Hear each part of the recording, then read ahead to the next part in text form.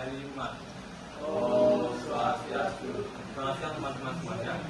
Jadi berdirinya kelompok kami di sini ialah ingin mempresentasikan hasil diskusi kami, yakni analisis faktor, dampak dan pengaruh ekologi ini terhadap pembangunan wilayah di IBB. Namun sebelum kami memaparkan materinya, kabarnya kami memperkenalkan diri terlebih dahulu. Perkenalkan, nama saya Iman Tanjung, absen 37 dan rekan saya. Saya Putri Minah Mayana, absen 37.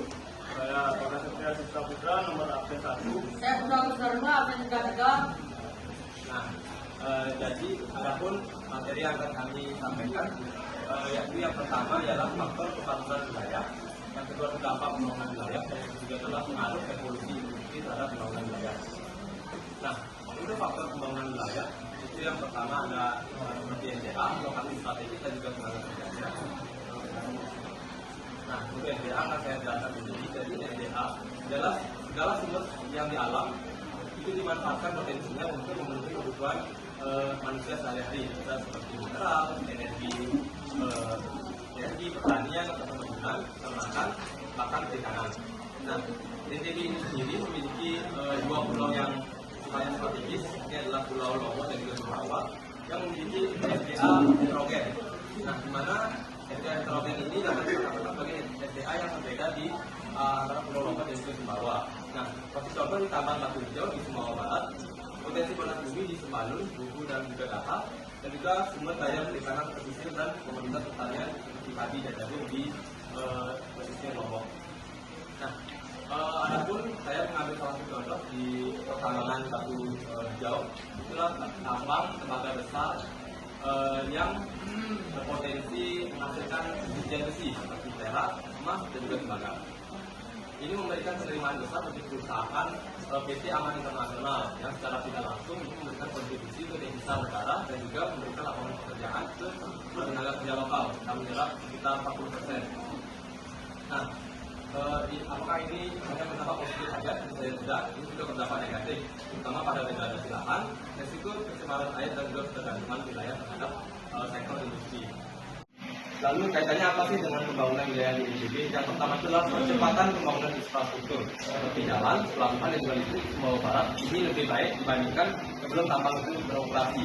Nah, ini secara tidak langsung membuka konektivitas antar wilayah dan memudahkan distribusi barang di seluruh NTB. Yang kedua itu adalah transformasi struktural NTB. Seperti yang kita ketahui sebelum masuknya sektor industri, NTB tidak bergantung pada sektor pertanian atau agraris, tapi dia mulai beralih ke sektor industri. Hal ini tidak menunjukkan keseimbangan antara pemanfaatan SDA dan juga potensi yang dulunya masih berlanjut. Nah, untuk lokasi strategis dan juga tenaga kerja akan dijelaskan oleh rekan saya. Baik, yang kedua adalah lokasi yang strategis. Lokasi yang strategis ini memberikan keunggulan kompetitif dan signifikan bagi suatu wilayah dalam menarik investasi dan mengembangkan perekonomian. Pengaruhnya mencakup yaitu ada aksesibilitas dan konektivitas. Lokasi yang terhubung dengan baik melalui infrastruktur transportasi di darat, laut maupun di udara dapat melancarkan aliran lahan, jasa dan manusia. Hal ini memudahkan distribusi produk pasar dan meningkatkan daya tahan wilayah bagi investor dan wisatawan. Nah, adapun pusat pertumbuhan, yakni wilayah yang berada di persimpangan dalam perdagangan atau dekat dengan pusat-pusat ekonomi lainnya tentu bisa dulu menjadi pusat pertumbuhan yang baru. Hal ini dapat memicu pembangunan industri, perumahan dan fasilitas pendukung lainnya. Nah, yang ketiga itu ada tenaga kerja atau SDM, sumber daya manusia. Tenaga kerja ini adalah elemen penting dalam proses pembangunan yang membawa produktivitas dan inovasi. Kontribusi tenaga kerja dalam pembangunan wilayah memiliki ada pengembangan produktivitas, dan ini kualitas tenaga kerja yang dibangun dari tingkat pendidikan, keterampilan dan kesehatan merupakan faktor utama dalam meningkatkan produktivitas. Nah, adapun penggerak ekonomi, yakni tenaga kerja yang menjadi penggerak utama dalam berbagai sektor ekonomi, baik formal maupun informal. Pertumbuhan ekonomi yang baik akan menciptakan peluang kerja yang pada dirinya akan meningkatkan pendapatan dan kesejahteraan warga masyarakat. Baik, sebelumnya kami jelaskan. Nah, selanjutnya saya di sini akan menjelaskan apa sih dampak pembangunan wilayah di Pulau NTB dari segi ekonomi, sosial budaya, dan lingkungan. Nah, teman-teman pasti tahu ada pembangunan infrastruktur utamanya di Pulau Lombok itu ada pembangunan sirkuit Mandalika. Nah, dari pembangunan sirkuit Mandalika itu kan menarik wisatawan asing. Nah, wisatawan asing itu bisa mereka tuh mengeluarkan spend money di wilayah Lombok yang akan menyebabkan PDRB di wilayah Lombok itu meningkat. Nah, yang kedua itu ada pembukaan lapangan pekerjaan karena ada sirkuit Mandalika ini atau hotel-hotel pariwisata itu membuka lapangan pekerjaan baru untuk anak-anak muda di wilayah Lombok itu. Nah, di sosial budaya karena ada wisatawan asing itu akan menyebabkan positif dan negatifnya dampaknya. Nah, yang positif ini secara tidak langsung karena ada wisatawan asing yang datang ke Lombok, secara tidak langsung kita bisa memamerkan budaya kita yang ada di Lombok.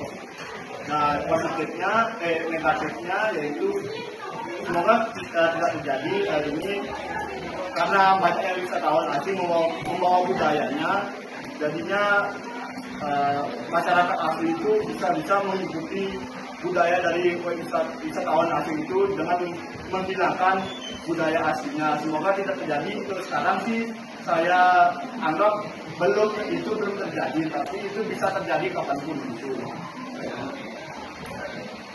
Nah, dari lingkungan ini akan membawa dampak negatif karena ada pembangunan infrastruktur di Lombok itu akan menyebabkan hutan-hutan yang ada di wilayah Lombok itu jadi dibabat habis. Kita bisa dilihat di Google bahwa peta yang ada di sirkuit Mandalika itu benar-benar gundul, tak ada pohonnya. Nah, dari situ kita bisa melihat bahwa hutan-hutan yang ada di Lombok itu dibabat habis untuk pembangunan infrastruktur. Emang pembangunan infrastruktur itu bagus untuk ekonomi, tapi akan berdampak negatif bagi lingkungan. Nah, kita bisa lihat dari segi sering terjadi banjir dan lain sebagainya di wilayah Lombok. Dan selanjutnya ada pengaruh evolusi yang akan dijelaskan oleh Agus.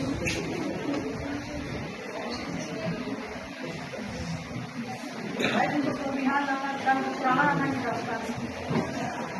Pertama, tujuan adalah mengikuti peningkatan lapangan kerja dan peluang ekonomi di perkotaan serta pembagian akses terhadap fasilitas.